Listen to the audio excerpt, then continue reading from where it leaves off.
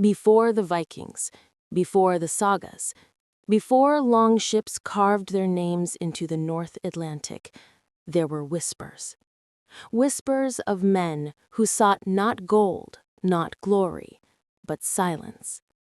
When the Norse first set foot on Iceland's black sands, they expected emptiness. Instead, they found ghostly traces. Books with strange letters, bronze bells still warm with memory, and wooden staves curved in the manner of holy men.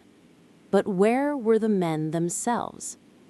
This is the story of the Popar, a mystery so deep that more than 1,000 years later, we still cannot say for certain if they were ever real or only shadows of legend. They called them the Popar, the Papas, priests of Christ. To the Norse, who measured worth in steel and blood, these monks seemed like relics of another world. They were not warriors. They were wanderers. The Popar legend survives in just a few lines of text, yet it carries the weight of nations.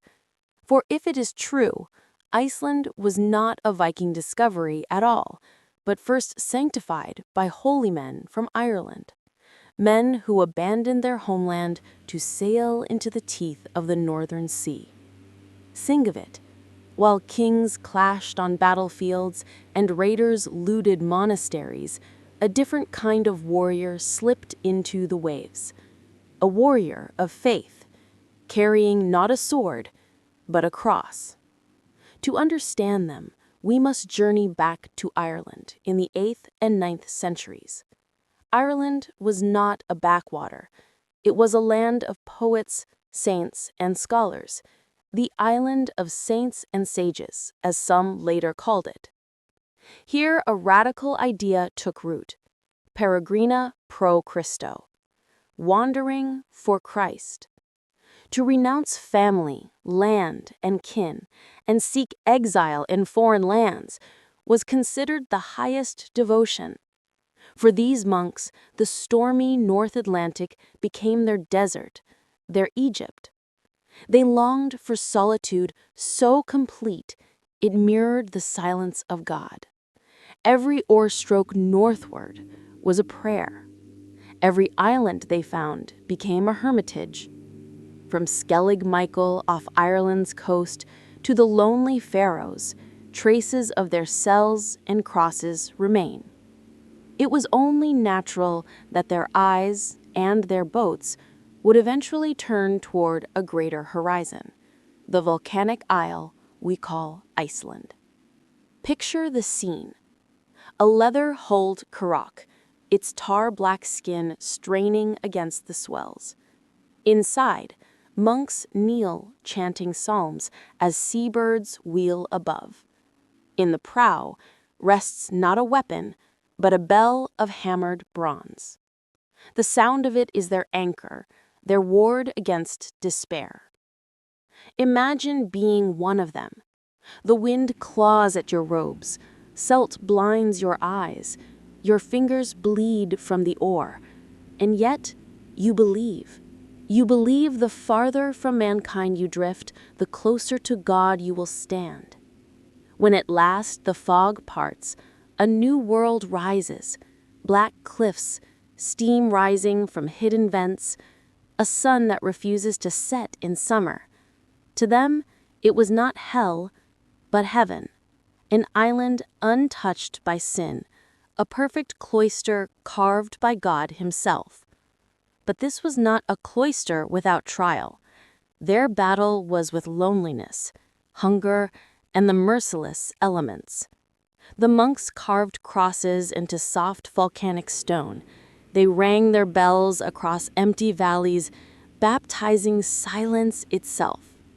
They copied manuscripts by whale oil lamp, filling the margins with prayers that no one else would read.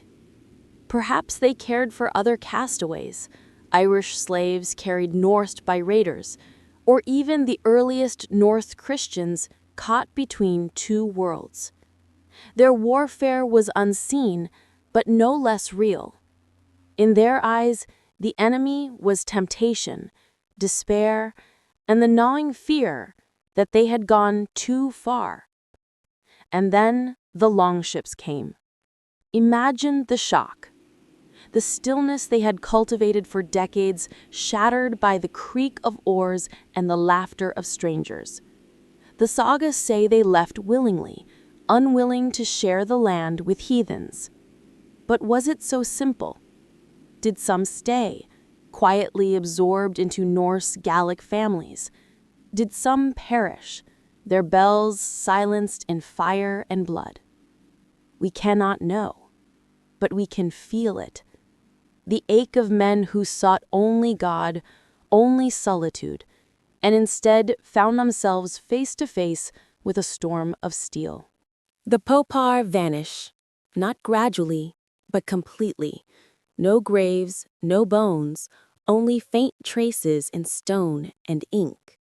Centuries later, Iceland's first Christian writers looked back and remembered them not as victims, but as saints. In their retelling, the Popar became symbols, proof that Iceland had always been destined for the true faith, that paganism was only a passing shadow. But outside the parchment, silence remains. The caves stand empty, the bells are gone, and the waves erase all memory. So, were they real? Scholars argue still. Some see only echoes, medieval priests recycling old Irish tales. Others point to crosses carved in caves, to faint clues in place names, to the sheer plausibility of Irish seafaring. But perhaps the question is not whether the Popar existed. Perhaps the question is why the Icelanders needed them to exist, to see themselves not as children of raiders, but as heirs of saints. The Popar story is a mirror, reflecting faith, identity, and longing. Real or not, they remind us that history is not just facts carved in stone, but myths we choose to believe. Before tanks, before rifles, before the roar of industry, there were men in boats of hide, carrying nothing but hope into the northern sea. Whether they were real or legend, the Popar left a mark no storm can erase, a question that lingers like mist over Iceland's black sands. If this forgotten mystery moved you, leave a like, share with fellow seekers of history, and subscribe for more stories where myth and fact collide. And as always, may history never be forgotten.